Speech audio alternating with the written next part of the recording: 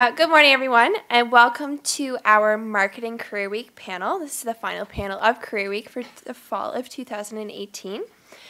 My name is Abby, and I'll be moderating the panel for today. But this morning, we have an exciting guests who are here to share to you about the world of marketing. But before we get started, we have a few housekeeping items that we'd like to review. So in case of an emergency, you can evacuate to the nearest fire exit, which is this door, as well as the door in the back. Please turn off or mute your cell phones for the remainder of the session and also remove them from the tabletops. We kindly ask that you remain seated throughout the duration of the panel and postpone any questions you may have until the end, as there is a time for a student Q&A session. As well, finally, as many of you know, this is a Learning Passport eligible event. You would have received the Learning Passport activity surveys on your tables or chairs when you came in the room. Please refrain from completing these until the end of the panel. Following the panel, you'll be able to complete your survey as well as have the activity page of your Learning Passport booklet completed, and then you'll be able to receive your stamp. So now we'll begin the panel. So our first question is, briefly describe the organization you work for as well as your position. So we'll start here with Barbie. It's on. Good afternoon, everyone, and thanks for joining us. Great crowd in the room. My name is Barbie Holland, and I am the sales consultant with the Halifax Chamber of Commerce. And I've been in that position for 8 years, and I'll speak more of it throughout the presentation, perhaps. But yeah, that's what I do. Yeah, good afternoon, everyone. Good afternoon, everyone. My name's Steve Camo. I'm with Enterprise Holdings. So Enterprise Holdings actually consists of Enterprise Rent-A-Car, Alamo, and National. I've been with Enterprise Holdings for 22 years. What my role is with Enterprise is an area manager, so look after the most part of Nova Scotia. So that's kind of what I do. So. Ladies and gentlemen, let's get ready to rumble! Sorry, missed my calling. Mike Weir, Fundy Textile and Design. I'm in the wonderful, wacky world of promotional products. So I'm your swag guy. As you can see, this is one of the items that we make. We're in the scarf business. We sell it all. And I'm the VP of Sales and Marketing. Thank you. So our next question is, what do you like about your work as well as what do you dislike about your work? And then what do you find the most challenging? So we can start with Steve.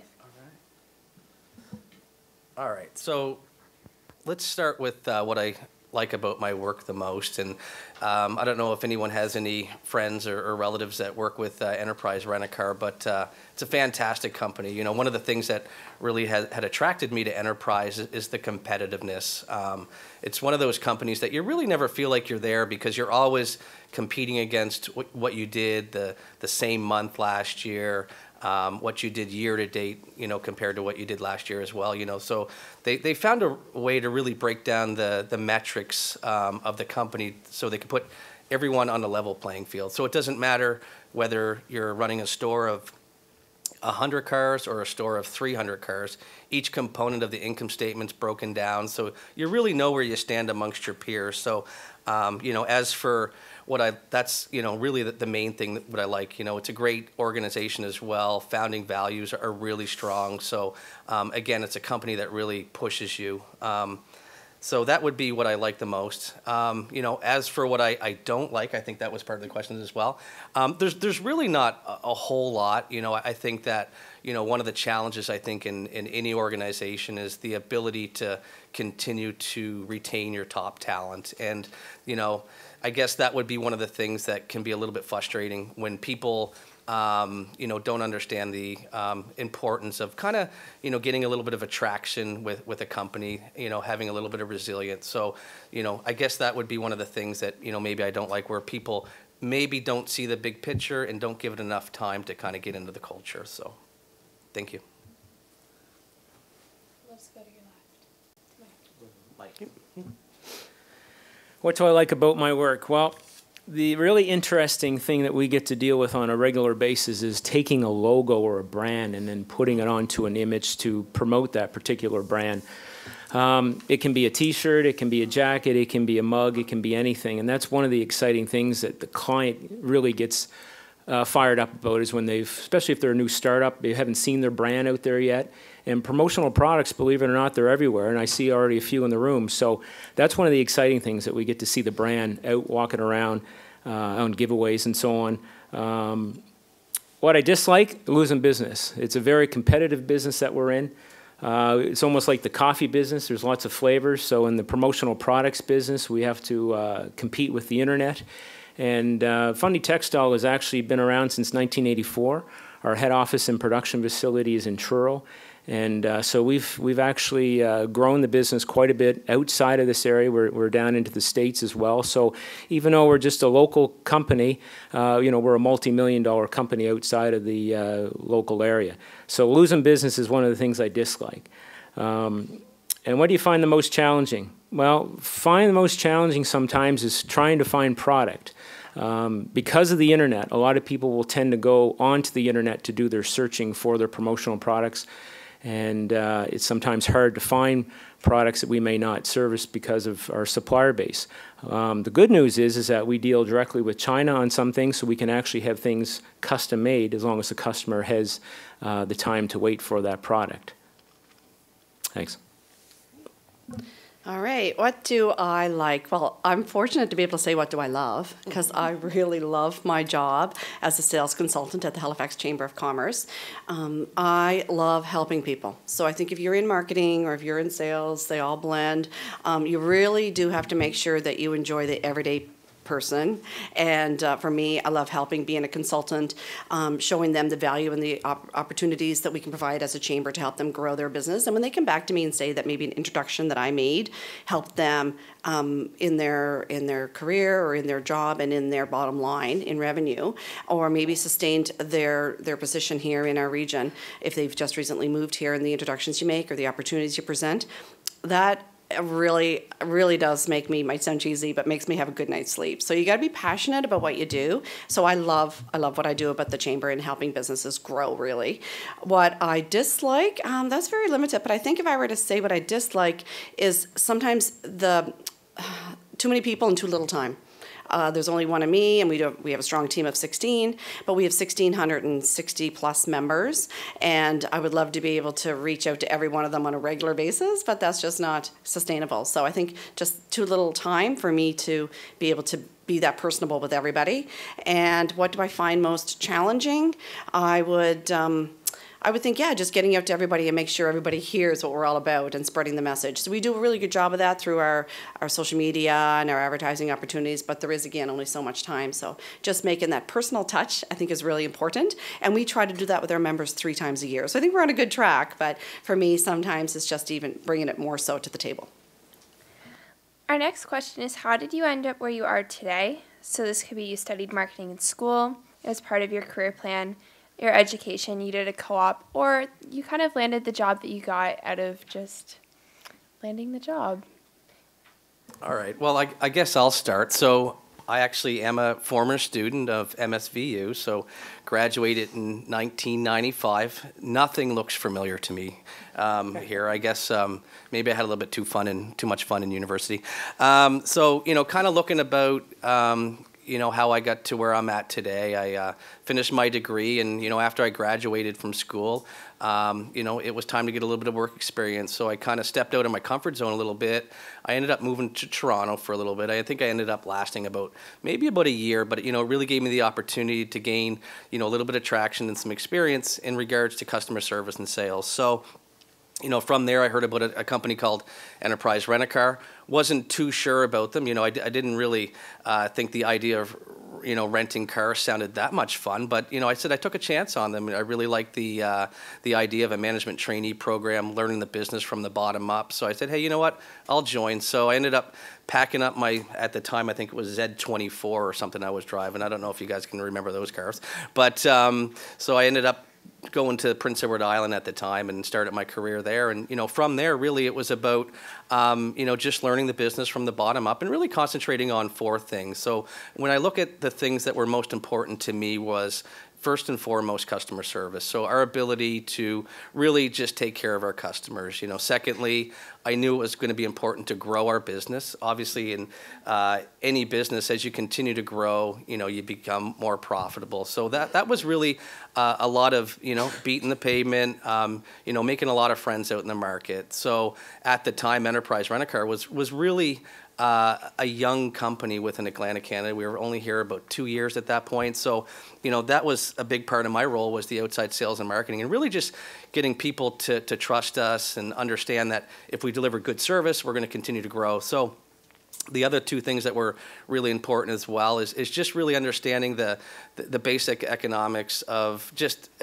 running the business. It's about driving revenues and controlling your expenses to really put you in a pretty good spot. And, finally, really just the ability to take care of your employees. I know that in any business, if you surround yourself with a great team, that's the only way that you're going to be successful as well. So that's something that I really took to heart from the first part of my career, and it's really what I do today, those four things. So that's how I ended up continuing to move up the ladder with Enterprise. And again, it was a fun ride. Moved to a few different spots along the way, but again, just continued to provide good opportunities for me. Well, just like Steve, 30 years ago, I walked the hallways here. Did not finish my degree because I had a little bit of OCD, I guess, or attention deficit. We didn't know what was the attention deficit back in 1989, but the call was to go and work. And although, my time here was short, I took the right path because, when I look back overall in the last 30 years, I was able to accomplish a lot. But one of the things that really helped me early in my career was having mentors. I really encourage the students here today is find some mentors. Whether you're working part-time somewhere, I encourage, and a lot of people, and I'm going to ask you, I'm going to put you all on the spot for a minute because I know what the answer is going to be, but how many of you like sales? Hands up. Okay, so did anybody go to a new restaurant or movie lately? Okay, and did you tell your friends about how great it was? Okay, so you sold something, right? So, just like I told my son, and actually my son is now working for Enterprise Rent-A-Car. We pushed him to go to university. He studied business, and he got recruited out of university to go work for Enterprise. We're here to talk about marketing, but I really think sales is really important. They do go hand in hand in some ways. Sometimes sales and marketing do compete against each other, but you do have to have the basic sales. And I'm going to put a shout out for the chamber because back at one time I started my own business. For 3 years I had my own marketing company in the promotional products industry, and the chamber in Moncton, where I was based, really helped.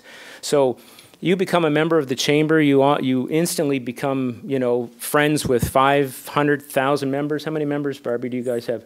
1,660. Okay, so that's companies. Yeah. 65,000 employees getting out there to meet you.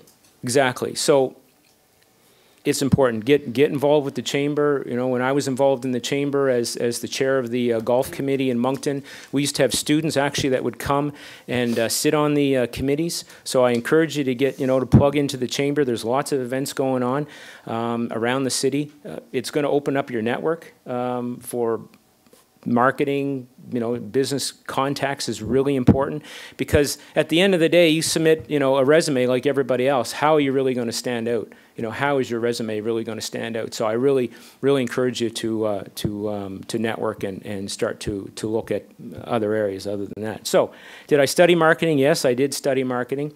Was it part of my career plan? Yes, I was always liked sales. I started a paper route when I was 10 years old with 22 customers. At 18, I had 150 customers, and I sold the business for $500. Then I went on to work for the Chronicle Herald Mail Star as a district manager and doing sales. So I love people. I love, I guess, the thrill of the order, the thrill of the sale, and that's just me. So it's really helped me along the way. Co-op would have been an option if I would have stayed probably at the Mount, and I encourage you to look at co-op. If you can't get into co-op, then try to find some other areas. Use your network. Like, you know, we all have a fan base on Facebook, Instagram. I can't tell you enough how the network has helped me over the years. Past professors, past teachers, people you've worked with, really tap into your network, and you'll be surprised on how you'll have some opportunities. Thank you. Wonderful. Well, I echo both these gentlemen, and can probably sit here all day. I don't want to keep you folks in the classroom all day, but I could talk all about that. Your teachers, maybe the people you babysit for today or you mow their lawns, they are going to be around in 10 or 15 years when you might be starting a business and winning awards. And that's what we want to see from our young entrepreneurs and our students. How did I get where I am today? Well, when I was 15, I started working for the Prince Edward Island Department of Tourism. I was really kind of even too young to be out face fronting, so they put me in a mailroom. I did secure myself a job for 7 more summers. Then I worked for a radio station, and I'm not going to go year to year, but I moved to Ottawa. I had a great opportunity there. I moved to Australia. So you hear the trend, get this all out of your system when you're in your 20s and 30s. Get out and see the world. It will only make you a better person and open up this wonderful world to us. So take advantage of that. I came back to Prince Edward Island, and I worked for the Culinary Institute, and then I moved here 2000. So I've been here for 18 years. Did I study marketing? No, I actually studied hotel and restaurant management. And I did do a job training. It was called on-the-job training back then. And I did it here at the Marriott. So I came over from Prince Edward Island, did my on-the-job training in the hotel in 6 different areas. And I was very fortunate to be offered 3 jobs out of the 6 areas that I worked in. So again, prove yourself. You have the talent and the skills and the opportunities. So be the best you can at anything you're doing. If you are putting away that tray of dishes, be the best at doing that. So that's where I look back at my start and my education, and yeah, so that is exactly where I have kind of grown. I didn't really plan to go into marketing, but I do think marketing and sales certainly goes hand in hand. And I think what my skill set is that I basically started off talking for a living, and 30 years later in my career, I continue to talk for a living. So that would be my success. So don't be shy of your assets and your skill set. Put it out there and use it to your best ability. The next question is, can you tell us about the types of jobs that might be available for students considering a career with your company? And we can start with Barbie. All right. Yeah, we do qual placement. We currently have a PR student from the Mount at our office over in Burnside doing a PR placement. And this is her second PR. She did the first placement. Her first 4 months was in communications, and she came back now and she's working with our events team. So the Chamber of Commerce we do 100 events a year, so we're very busy, as we mentioned, so getting out there. I will tell you at this point, a little spoiler, we offer a student membership for $25 plus tax. So I will make sure you have my email, and maybe it can be distributed online, sign up, and come out to our networking events. And we have students from all of the post-secondary schools here that are meeting people and making their next career through those meetings. So we do have a co-op placement, and we welcome any of you to investigate further with us. I will put a plug in for the Mount. As business and tourism students, if you're registered in a business and tourism program, you are considered a member of the Chamber of Commerce automatically. Yes, because your program joined the Chamber as an identity outside of the entirety of the Mount. Right, so there you go. So now what you need to do is be involved or be aware of what we do. So go online then and sign up for our e-newsletter. You can go to our website and sign up and get that newsletter in your inbox every week and become comfortable and familiar with what we can offer and what we can do for the business community. All right. So I guess, for you first, second, and third year students, we have at Enterprise a summer internship that people can look at. It's a lot of fun. It runs from May till just about the end of August. So it's a great opportunity, again, to really, kind of step out of your comfort zone and learn a lot about business in general, especially in regards to customer service and sales. For those of you that are graduating this year, again, everyone who is a part of our organization has started as a management trainee. So, again, I'd recommend that you take a look at that. You can go to the careers page at enterpriseholdings.com, and it'll give you a really good, dive into what we're all about, our core values and things like that. So again, as one starts with the company as a management trainee, as you continue to kind of expand your knowledge with the company, there's a lot of different branches that people can go in direction with the company, whether it's human resources, car sales, vehicle acquisitions. So there's a lot of different branches that people can go within the company. So, Anybody from Truro? No, nobody from Truro. Anybody want to move to Truro? Well, we do hire students in the summer to work in our production facility. It's like the old cliche of working in the mailroom before you get the the floor, the 10th floor president's position. But it's a really good place to start to learn the production. We can actually print 5,000 T-shirts in one day for screen printing. So like our capacity is huge. So you would learn the inside of production as far as screen printing and embroidery. So that would be a good place to start if you wanted to learn the promotional products business, would be a local company like yourselves. We have about 75 people employed. I work and run an office in Moncton. Our head office is in Truro. We have an office, showroom, and sales here in Dartmouth. And then we have a gal that actually sells for us in Toronto. But if you're interested in the promotional products industry from the ground floor, then you would work in production for the summer. And that could lead to something else. We had hired a gal a few years ago who actually worked for us. She lived in Truro, worked for us for 3 summers, finished her degree, and then came on board and started to work sales for us, which was really good for her to know and understand the production of the product and that sort of thing. So it sounds easy to print T-shirts. It's more to it than that. So thank you. If you had to do your career over again, would you do anything differently? And we can start with Mike. Well, probably like my dad used to say, get a good education, get a good government job. Well, I didn't want the government job. I got a fairly good education. The only regret is I probably wish I did finish my degree when I look back on it now. However, a lot of the jobs that I've had over the years, one job led to the next, and I had the opportunity of working for, a Fortune 500 company. I've worked with a lot of smaller business. I had my own business for 3 years. So really the only regret is I wish I probably would have finished my degree. Yep. All right, so I guess with my career with Enterprise, yeah, I've been really fortunate.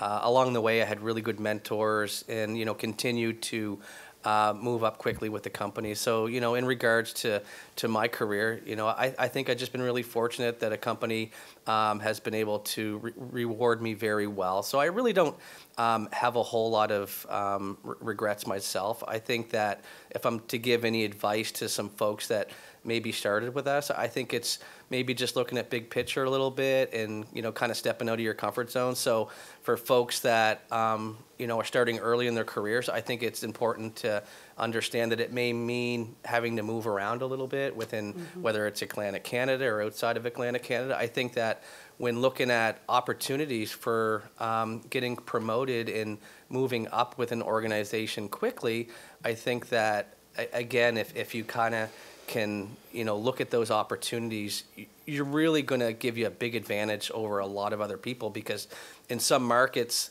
within Atlantic Canada it might be a little bit more difficult to fill. So you're really going to give yourself a really good advantage if you look at those things. It may mean living in a community that is not your forever place, but again, just kind of thinking outside the box a little bit can be really helpful for people. Yep, 100%. And I started in the mailroom, so that's a great place to start your career with the Department of Tourism. So, and again, exactly, I would say don't just look in your hometown or your community or your street. Get out there, see the world, because before you know it, you're going to be 40 and 50, and maybe it's a family and it's a house, and you don't have those opportunities to investigate. And folks, if you move away and you start a job and it's not for you, that's okay. That's okay too. You can come back home. I have a story in So the answer is no. So no, I wouldn't change too much from what I've done. I started early on. I had very good foundations. I was in board meetings when I was 15 years old with the Department of Tourism. That's a government agency. And then I went into radio, and that was fun, if you will, but still I had very big responsibility. And then moved to Ottawa, and that opened a whole new group of friends with me. And then I went to Australia. Then I came back to Prince Edward Island. And in 2005, I had an opportunity to work with the Canadian Idol group and one of their judges, Farley Flex, if you remember the show, and one of their pop star singers, and she went on to become something. But I landed myself in Toronto, and I felt like a fish out of water. It just didn't feel right for me. So within 2 months, I came back to Halifax, and unfortunately, I sadly lost my mother 3 months later. But the point is that if I was with that organization and traveling all over the world and maybe at some concert in LA, I might not have been able to get home. So I'm going to tell you, go with your gut. That's a huge message. Go with your gut. If it feels right, it likely is. And if it doesn't feel right, it likely isn't. So stick with that. I think these gentlemen would share that. We've been in careers. So now I'm here with the Chamber, and I'm embraced in my community here and the business community, and supporting local businesses to their growth stage.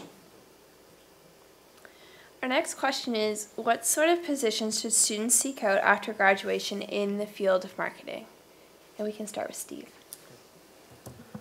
I guess to this question here, it really all depends on what your level of experience is. So that's probably first and foremost. So it may mean for some of you to have to go out there and get a really entry-level position. It may mean even taking on a position that maybe might not be the most glamorous for you, but again, it's just about stepping out of your comfort zone and really getting a good understanding of just getting out there and talking to people just in general. So I think that that's probably one of the most important things. I think secondly, just look for a company that has good values, a company that's going to be a lot of fun to work for, and a company where there's good opportunity for advancement. And a lot of that information is really easy to find out. So again, you just don't want to be in a company that's not progressive. So that would be my advice.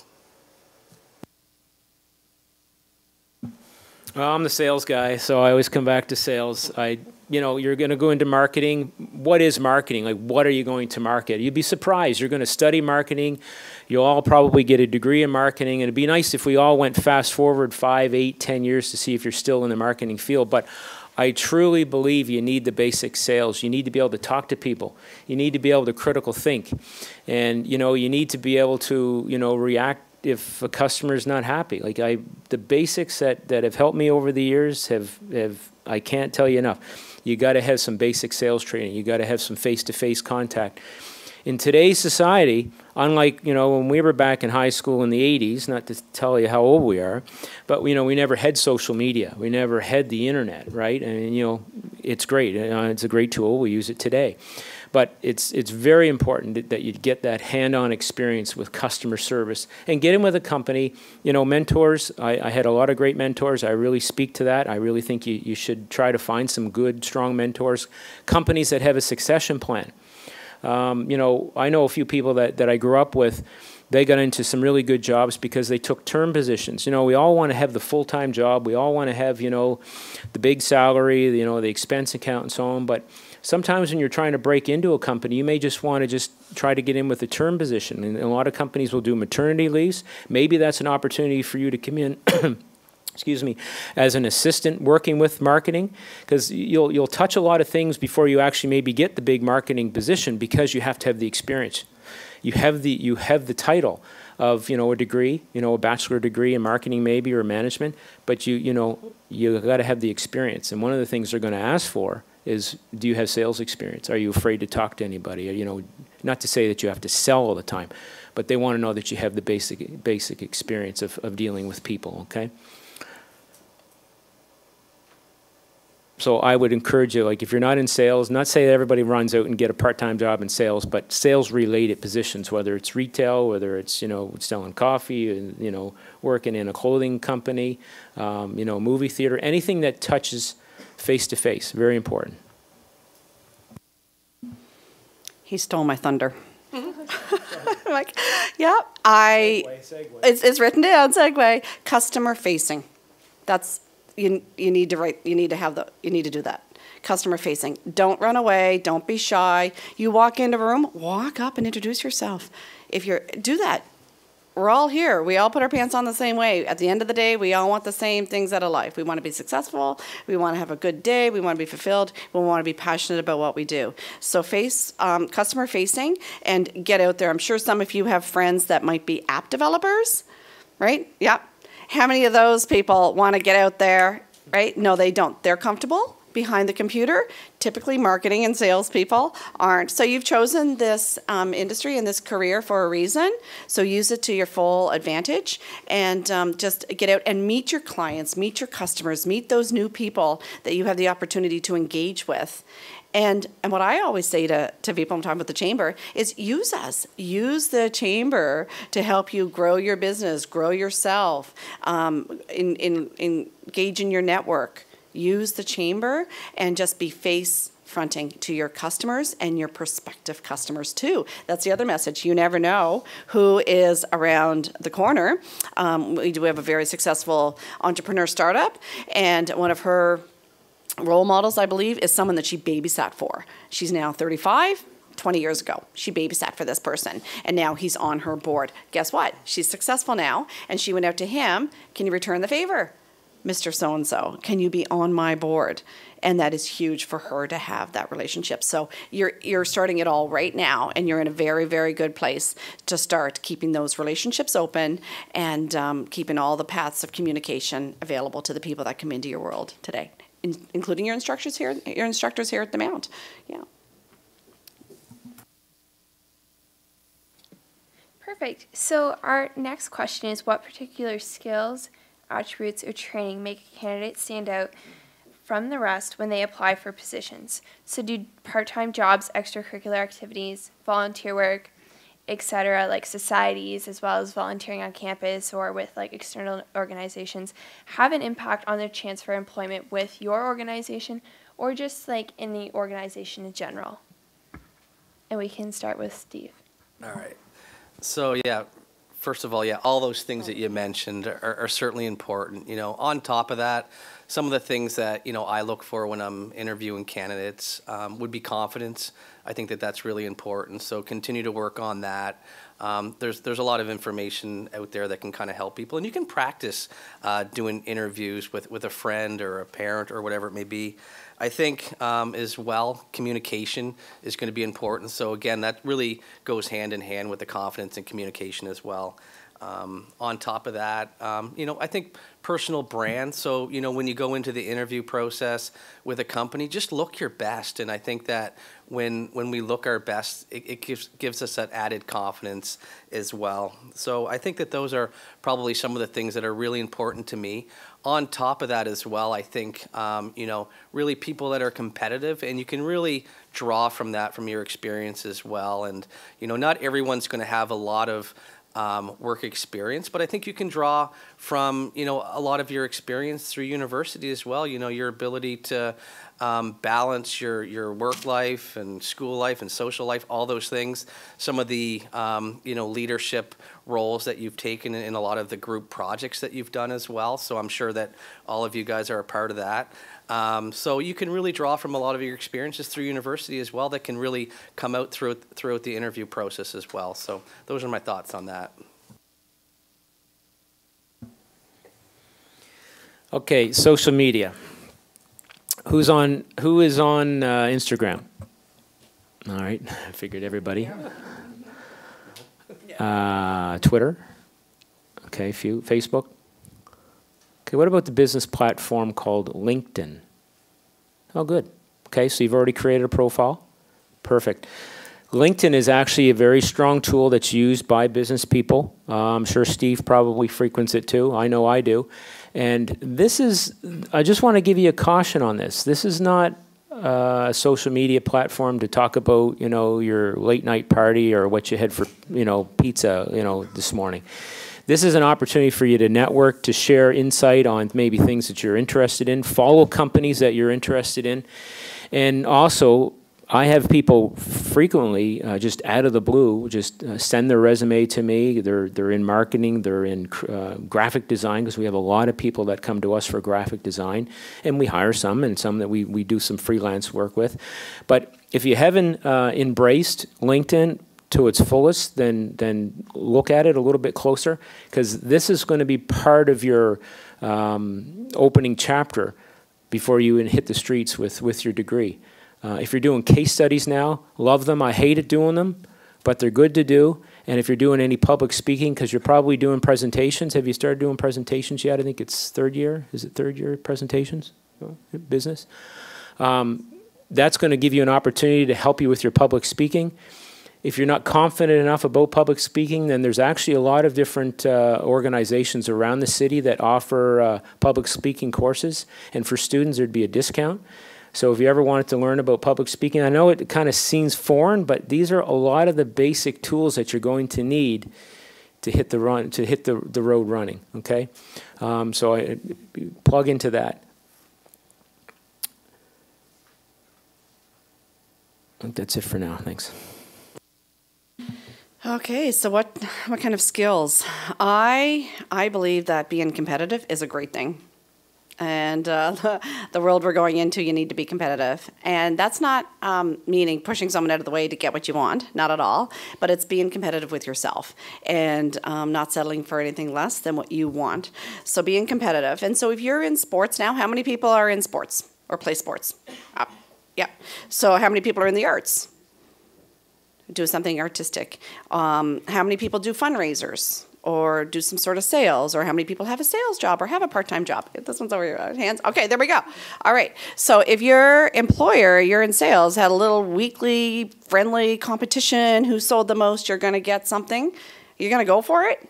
Yeah, give it your all. And that's what I would think would be a really important skill in your life career, is give it your all and go for those competitions. I have a sales target every month, and I'm telling you, get out of my way come the 25th of the month if I'm not near it, because I'm going after you. Sports, arts, and be good at what you do. And if you do charity work, be really good at that. And that's really, I think that's really important also. So you give up your Saturday mornings and you go and help sports for kids, and or is on the ice or playing volleyball, or you go to the local mall and help them wrap Christmas gifts. For instance, help out in any way. This year for Christmas, I've decided not to give to my family, which none of us are in need of anything, but I'm giving back to less fortunate in my hometown in Prince Edward Island. That's where I'm from, and I'm going to contribute to giving back to oil company and giving them money to give someone some oil. So what I'm saying is, if you come up with some of that on your own, you may get your classmates together and say, hey, let's go out and help this organization do this, just because it feels good and it will look good in your continued success or on your resume, or as you grow yourself through these teenage years and into your 20s, you're growing. And that becomes part of your DNA. If you are a giver at this stage of the game, you're going to be a giver throughout your career. And think of that, because philanthropy and giving back and giving opportunities, being kind, will all come back and reward you tenfold. It really will. So think about what you're doing now with a little bit of spare time, and what, an hour or two. So I think that's a very important skill set. And volunteering, yes. So that was in charity work. So just keep that in mind. And I don't mean, folks, you got to give 10 hours a week. I don't mean that. Maybe when the occasion occurs and you see a good fit for your time schedule, plug yourself into that and be proud of it.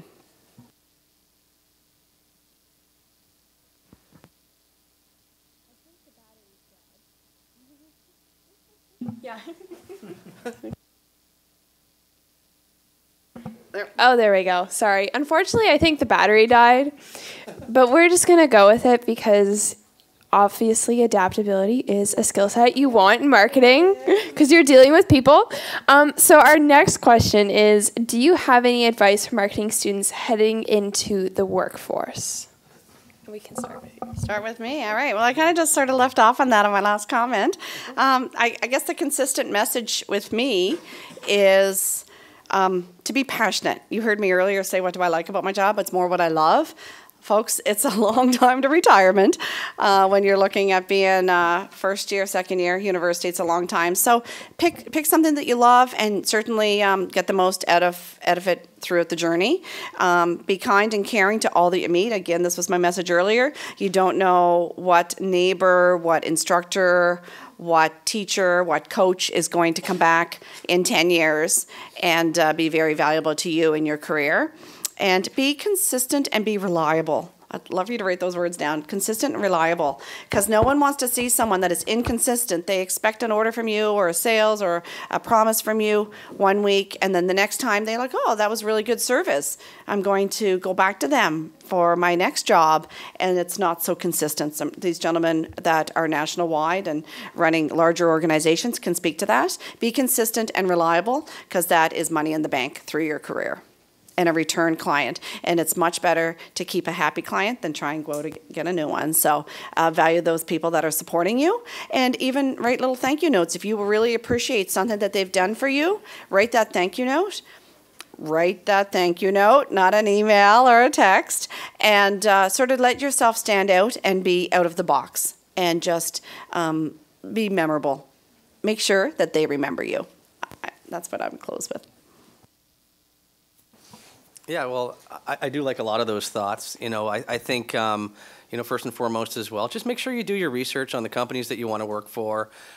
Just make sure that it's a company that you can grow with. I think that's a great place to start. And then, as you get into an organization, I think one of the things that's going to be really important as well is just be a little selfish about your own career. Make sure that you really want to go after it. So, I know the folks that have worked for me throughout the years that have been promoted quickly are the folks that, again, are selfish about their own careers. They're asking lots of questions. They're being a sponge, and if they're not getting that added training that they need, they put their hand up. So again, that is something that's really, really, really important. So on top of that, I think it's important to be resilient. So just don't give up, within any company, any job, whatever it may be, there's always going to be some ups and downs, but just being resilient and being confident and positive are all the things that make someone stronger. So those are some things to think about.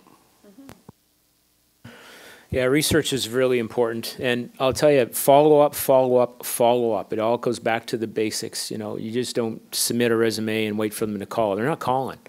So you've got to follow up. You've got to be very persistent. If you want the position, if you've done your due diligence, if you've done the research, and you truly feel that you are the fit for that company, then you man up or woman up, and you persist and go after it.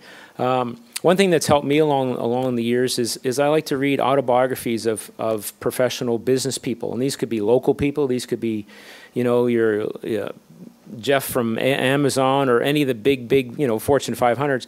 But there's a lot of local business people that share their stories and how they got started and where they are today. So if you like to read, which I hope you do, just plug into some of that, some autobiographies. It's really helped me. And start to build a list. You should have a list right now of people that you potentially could A, connect with, or B, maybe have a job opportunity. This could be a friend, neighbor. This could have been, someone that you've went to school with, and maybe their, mom or dad works for Blue Cross or Nova Scotia Power, and you might have an opportunity to, I'd like to go work for Nova Scotia Power, or I'd like to go work for Blue Cross. I mean, these are companies that are right in our backyard that have lots of departments. So look at your list of who you know, and start to look at, planning now. If your graduation is another year, 2 years away, you have to start now. And part of that research is getting the extra experience that you might have with sales and public speaking and that sort of thing. Good luck. Thank you. I'll just add to that quickly. There's a sales funnel. These gentlemen would all agree with me. There's a sales funnel. You start with 100. You might reach out to all 100. Maybe 60 of them reply back. Maybe you get back. So the sales funnel comes down like this really quickly, folks. So make sure you're large starting so you can have an outcome at the bottom that is attractive to you and the prospective employer. So the next question we're going to ask is there an experience or a career that you worked that really helped you just to learn a lot. So what was the most valuable experience or career opportunity that you took that really just helped you out? And we can start with whoever wants to go first. Well, All of mine.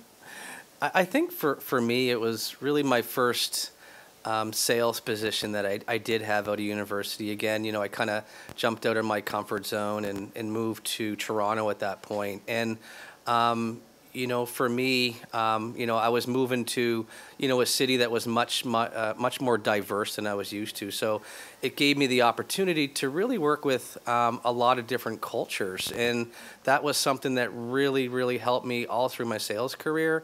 It was a lot of fun. I learned a lot.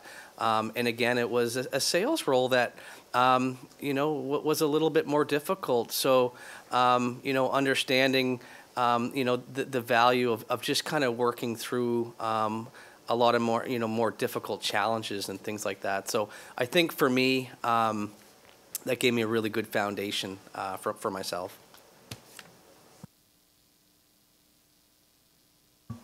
Well, the car business. So I had the pleasure of working for Odessa Auto Auctions. That's that place out by the airport where you see acres and acres and acres of cars, and when everybody's wondering where the cars come from.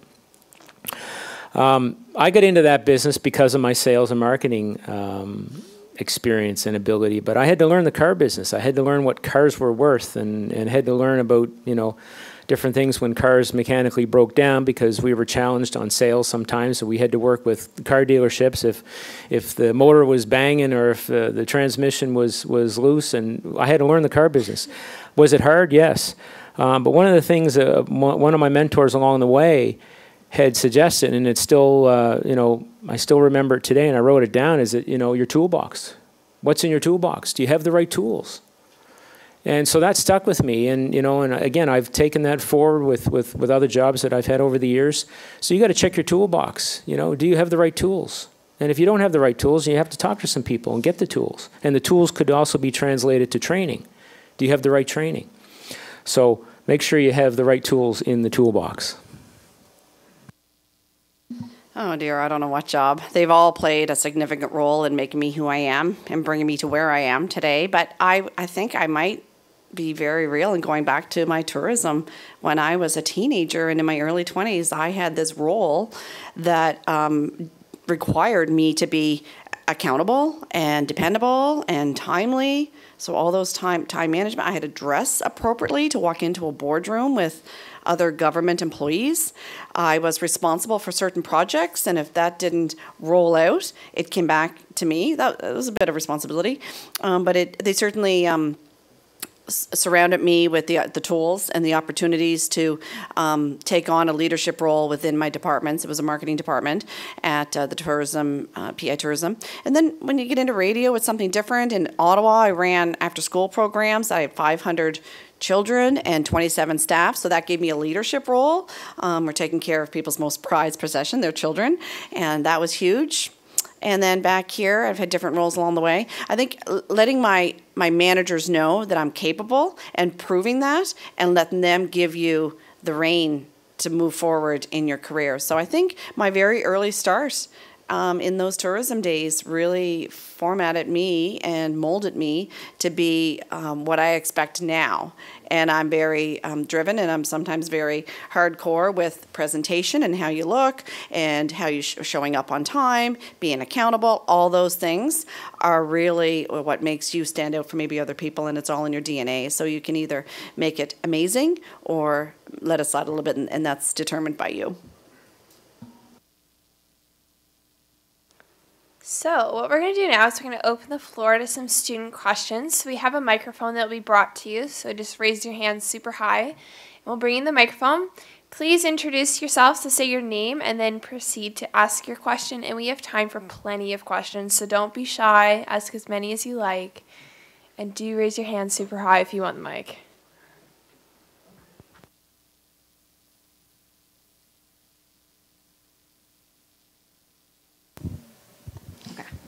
Hi, my name is Ellen. I'm in my 4th year of business admin, 4th and final.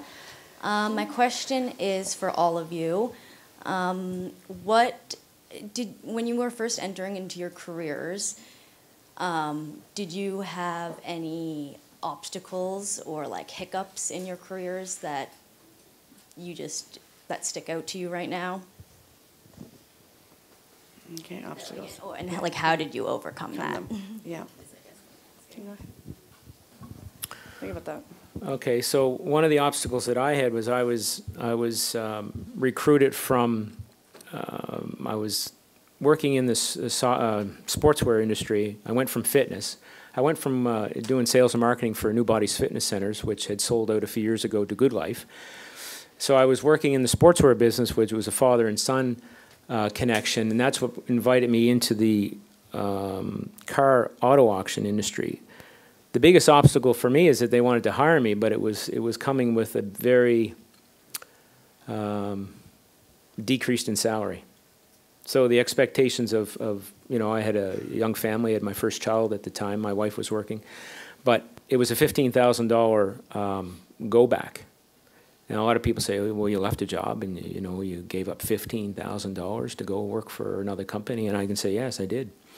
But again, it was the vision, it was the succession plan that the company had, and so I did it, and within 12 months, the $15,000 was restored due to some other positions opening up. But again, can it happen to anybody? It could, but not a lot of people are going to go back $15,000, based on your lifestyle. But sometimes you have to, and like I said, I've done it, and you know what? You may have to do it, but in a year or two down the road, if it gets you in with a company, then it's a sacrifice, and I think for myself was probably, the first position that I had. So I think it was, just living, in a place where I didn't really have a support system around me. So again, that was, a little bit of a challenge for me. But that was probably the biggest obstacle that I had. But you quickly, make lots of friends and really continue to expand your social network, and that really just all depends on someone's outgoingness and really, again, just wanting to step out of your comfort zone. So I think that for me was probably my biggest challenge, just not having family around. Yeah. Mm-hmm. And when I look, maybe my biggest obstacle, much like Mike, I'm a little bit OCD, a little bit ADHD, and I got FOMO, fear of missing out. So for me, I did move back to Prince Edward Island in 1997, 98, and then I had a wonderful job, great job, but I kind of accidentally rolled back to Prince Edward Island, and it wasn't my intent. I had lived in Ottawa, I'd been in Australia, gone to Toronto, and I kind of wanted more. That's where the ADHD, I want more, and I want to see more, and I want to do more. So I had a Jeep at the time, and I loaded up my Jeep, and I came to Halifax. I had no contacts, no job, didn't know anybody here, didn't know the streets, and that was in 2000.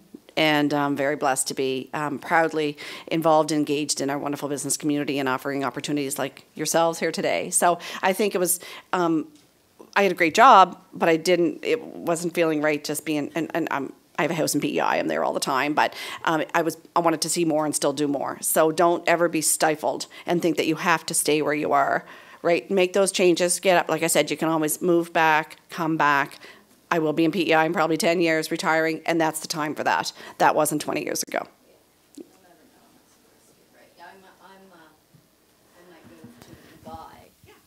Okay. The microphone. Yeah, get the microphone. Let everybody hear this. Okay. Yes. I don't know, my boyfriend and I were both in our last year here. He's concentrating in accounting. Yes. He's actually a dual citizen to the States, so we might end up moving there. But Dubai, 80% of people that live there are expats, and there's a Canadian School of Business there too. So we might go to get our masters. We really need to start researching it a little bit more. But there, or like Luxembourg in Europe, we have a trip planned at the end, like this summer, to go and travel Europe, and then hopefully go to school in Dubai or somewhere in Europe. So my advice to everyone, I'm willing. Is, and I did this personally, when you keep using the word might, we might, change that to we are, and then start telling people, and you're accountable, and you're going to make it happen. That's what I did with Australia, right? So we are going to, and get that, we are? Did you just change that? Yeah. Oh, great. We are moving to Dubai. Yeah. So then that changes your thought process, folks. We might do this. You don't have to hold to it. But when you say we are doing it, your word's on the table. And this is a good point. Your word is everything. Keep your word. Your word is everything in business. No matter what you're doing, keep your word. So you are. That's great. Yeah. Good. Yeah. We just don't really know exactly What, that's fine. You don't have to know when or how. You don't have to know when or how. Exactly. But you are. Yeah. That's the first step. Yes. Yeah. Good job.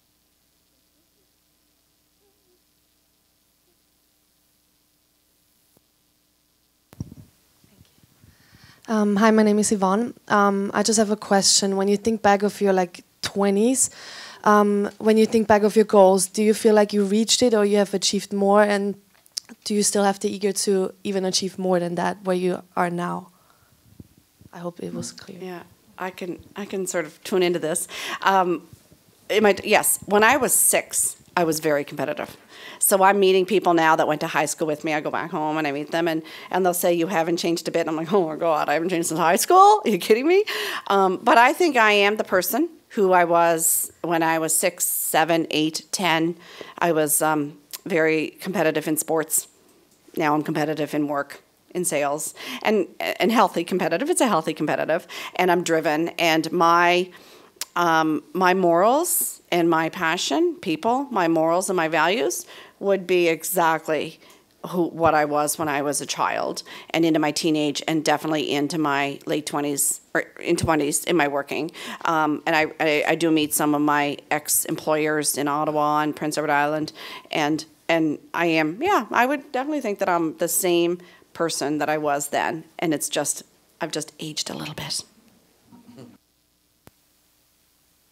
I think, as for goals for myself, I want to continue to move up within the company. But, I think, looking back, I'm just very fortunate to be able to work for a company that has really good values and a company that allowed me to just really not really ever felt like I was there. I'm always competing against, again, what I did last year or what I did, the same month prior. And, to work with a company that, is a lot of fun and a company that's really progressive are the things that I really wanted, And on top of that, they compensate me well. So I don't mind that as well. So those are some of the things that was important to me. So it allowed me to be able to, reach financial goals as well. So I'm pretty happy.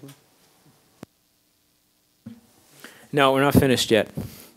I want to keep going, and over the years I've accomplished a lot of stuff, personal and professional goals, and I want to continue to inspire.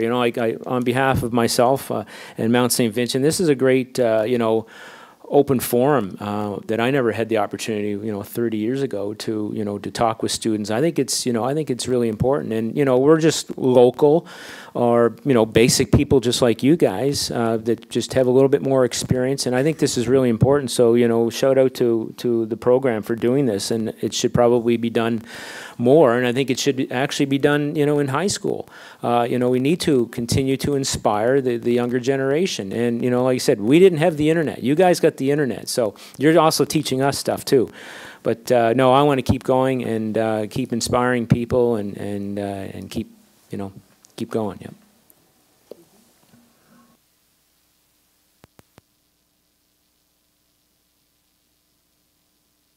Any more questions? I'll ask a question. Yeah. My name is Danny. I talk really loudly. I teach marketing here at the Mount, and one of the things that I've noticed over my career is that there's a lot of students that have this preconceived notion that if you're afraid of numbers, major in marketing. No. So in many of our marketing classes, we actually spend a lot of time working on marketing math concepts. Can you tell us, on a day-to-day basis, how important are numbers to you? Very important. Numbers, sales. So you do the marketing to get the sales. You do the marketing to get the sales. Sales is what makes the world go round. So numbers are really, really important. I'm in numbers every day, every hour. I have a track, and also know where you're at. These gentlemen also, they would have to know where their sales team is at, what's coming in. Nobody wants to be surprised on the end of the month, the end of the fiscal year, that, oh, we lost this much money, we have to lay 2 people off. Or we didn't meet our goals and targets. So we need goals, we need targets, outside even the workplace, in our personal lives, we need that. And numbers are very, very important, and more so for you to know your numbers and keep tally on them on a daily basis. Nobody likes surprises, and negative surprises are no fun in the sales and marketing world. Well, yeah, I would definitely echo a lot of those thoughts as well. But you know, when you think about what marketing does bring, marketing brings growth, and you know, along with growth, everything becomes easier because it's just basic, you know, economics. You're spreading a lot of your cost over a much bigger span that are going to continue to drive some of the soft costs down. So, yeah, growth and numbers, you know, are something that's really important for sure. So. I hated math. Oh, stats class here was, oh, I have to be honest with you, I hated math. But you know what? Put me in a room and let me talk for an hour, no problem. But I hated math. But numbers, I constantly work with numbers. And you know, one of the things that I always thought about was using the word forecast. Now, some people think of forecast, they think of the weather, right? Oh, the forecast for tomorrow is a storm. But sometimes the forecast is actually can be a positive thing. So you're with marketing, and I deal with all the time with customers, is they have a budget. So they're going to say, you know, Blue Cross calls me and says, okay, Mike, we have a campaign we're rolling out. We have a $10,000 budget. We want to roll this out over 3 or 4 months, and here are the 5 different categories that we want to, you know, purchase. Can you help us with it? So yeah, you have to work with numbers, and you know, your numbers start with your parents. Your parents have budgets. Everybody makes so much. They have so many bills to pay. It all comes back to the budget numbers. So numbers are important. Write them in pencil sometimes, because sometimes you have to change them, or the forecast changes. But it's really important. Really, the numbers are really important. You know, what you spend and what you don't spend, and that sort of thing. So, did that help you out, Danny? Perfect. Excel is your friend. I'm just going to add to that also, and it's not always what you make, it's what you save too, folks. So yeah, think about your numbers there and what you save. So if you're doing a marketing plan and like the Blue Cross and he's a $10,000 budget, and you come in and you've saved him $500 or $1,000 on that order, guess what? They're going to come back to Fundy for the next order because they saved the money. So it's saving money is as important as making money. Oh, do we have one more? This will be our last one because we want to make sure we finish on time so people get to their classes today. Hi, my name is Templeton Sawyer, and one question, well, 2 questions I would have for you is what books that you will suggest for us to read, because I'm a book lover, and so what books you would suggest for us to start reading, and also what is one motto that you follow by daily in your marketing career? I'll go first. So one thing that I think that everybody should take or read is Dale Carnegie, How to Win Friends and Influence People. Very powerful business book. So I definitely would read that if I were you. What was the second question, Templeton, after that? What is your motto that you follow by daily? Okay, so for me, I'm in a business or I'm in an industry where you get 911 calls, and 911 calls doesn't mean the house is on fire. 911 calls in our business is that all of a sudden we don't have stock, we can't meet a deadline, a customer called and they need stuff in 7 days as opposed to 2 weeks. So I find that I always have to multitask, and I'm a bit old school. I write everything down. I'm bombarded with emails, probably minimum 100 emails a day, so I have to do time management on the emails. But I find that I'm old school. I write things down, and I like to write things down because I like to check it off. It's done, or I highlight it. So every day I've got a to-do list. There could be 2 or 3 tasks that's on there that's highlighted. Highlighted means it's priority.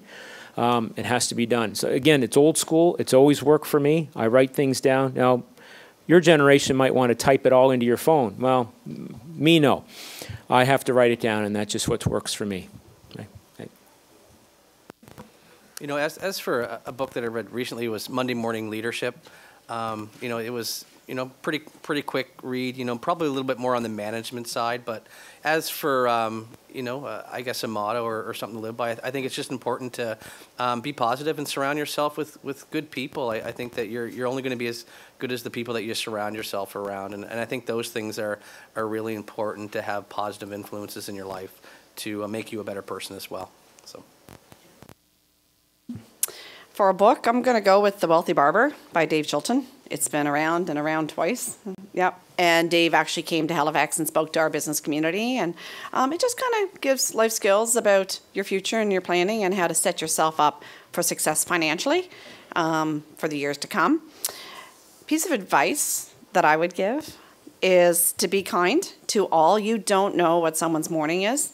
Maybe someone in the cafeteria this morning had an accident on the way in, but they still got here and they're at the cafeteria and they're smiling.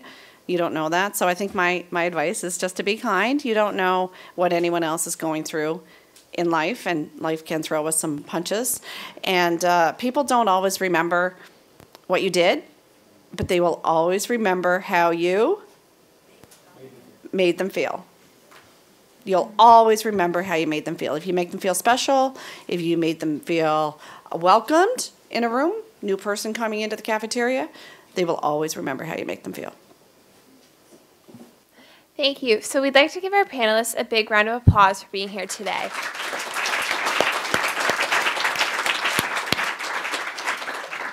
We greatly appreciate you being here and sharing your insight with us. That does conclude the panel for today, so you will be able to get your learning passport stamped at the back of the room. However, once we finish recording, we do have a couple housekeeping items to go before we can let you leave. So thank you for coming today. All right, so on behalf of Fundy Textiles,